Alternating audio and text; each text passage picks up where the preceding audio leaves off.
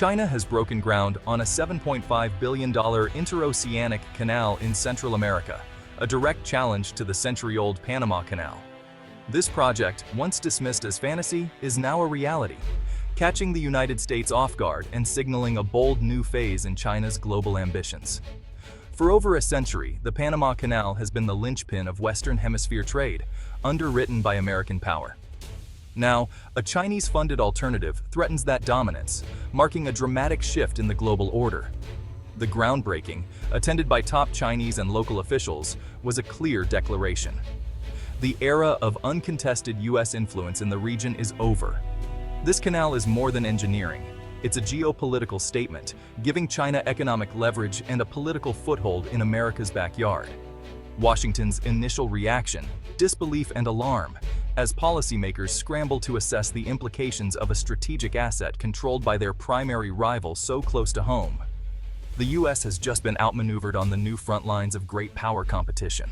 The new canal is a core piece of China's Belt and Road Initiative, but with a strategic twist. China's motivation is clear: reduce its vulnerability to U.S.-controlled maritime choke points like the Panama Canal. In a crisis, the U.S. could cut off these lifelines, so Beijing is building its own. This canal is China's insurance policy, securing energy and resource flows from South America and beyond. By embedding Chinese companies and capital in the host nation, Beijing gains long-term leverage and influence in Central America. The project creates a dependency relationship, giving China sway over local politics and economics. There's also a military angle. The canal and its deep water ports could easily accommodate Chinese naval vessels, granting the PLA Navy access to the Caribbean and Atlantic. This would let China move ships between oceans without U.S. oversight, a major strategic advantage. The U.S. must now rethink its entire security posture in the region. The canal is a hedge against American power and a new tool for projecting Chinese influence in the Western Hemisphere. Nicaragua was a calculated choice for China's canal, an anti-American government eager for investment and free from U.S. influence.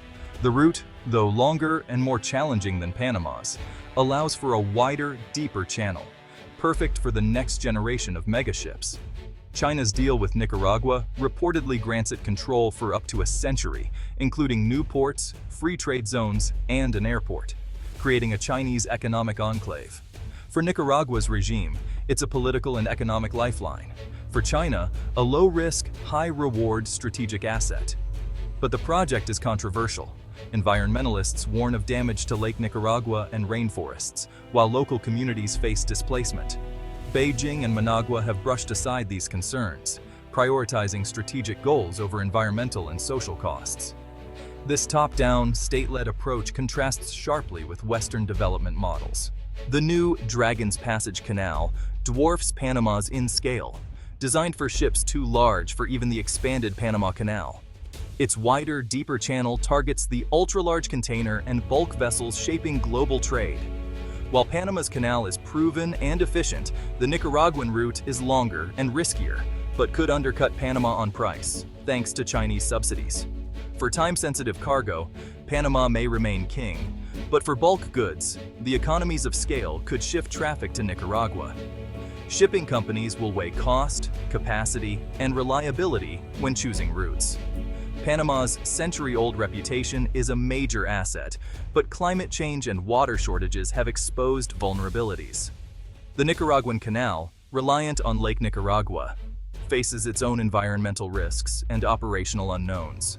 Shippers will be cautious, but aggressive pricing could tip the balance. The two canals will force a new calculus for global logistics. The battle for market share is just beginning. The world's shipping map is about to be redrawn.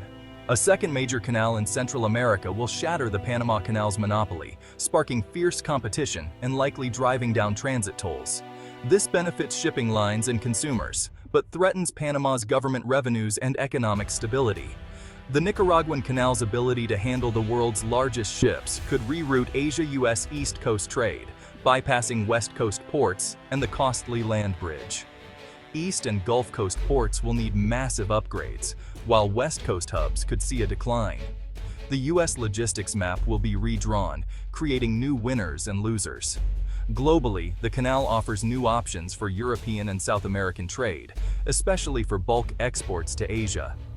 Companies will have to rethink supply chains, balancing cost, speed, and risk. The canal adds redundancy to global trade, but also new geopolitical complexity. China's influence over a critical choke point will force businesses and governments to adapt. The era of a single, stable route is over. The US dismissed the Nicaraguan Canal as a fantasy. Now it's a reality and a major intelligence failure. The Monroe Doctrine is obsolete.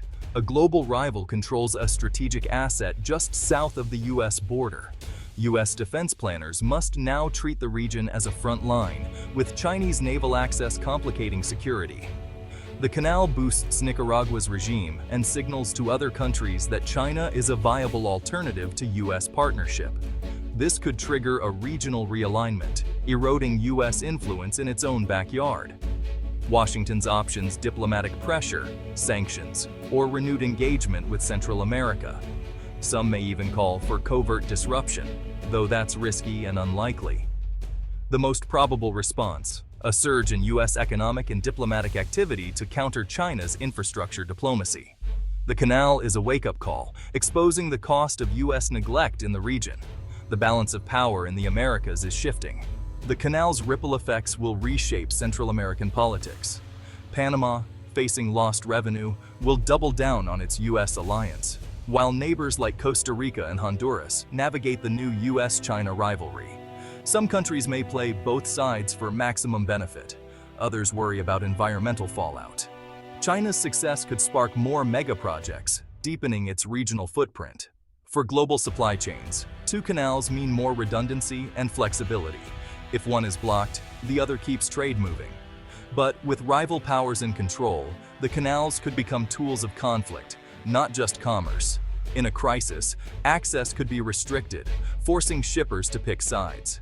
Instead of stability, the dual canal system could inject new volatility into global trade. The Panama and Nicaraguan canals will start as fierce competitors, with China likely subsidizing tolls to grab market share. Panama faces a tough choice: cut prices or risk losing traffic, especially the largest ships. Over time, a duopoly may emerge: Panama for time-sensitive cargo, Nicaragua for bulk and megaships. Technology and climate change will shape their futures. Droughts threaten both, and new ship designs could shift the balance. In stable times, the canals could complement each other, boosting global trade. But in a US-China rivalry, they become strategic assets in a zero-sum game.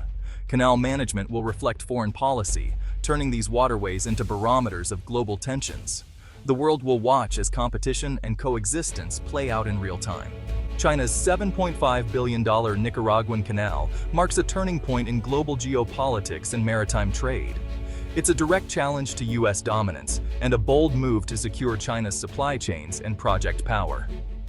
The canal's scale threatens to reroute trade, reshape ports, and force a US policy rethink. The US must now refocus on a region it long took for granted, as a new axis of competition emerges. For global commerce, the canal brings both opportunity and risk: lower costs, but new geopolitical dangers. The story of these two canals will define the coming decades as the world navigates between connectivity and conflict. The question remains: will these waterways unite the world or divide it along new lines of great power rivalry?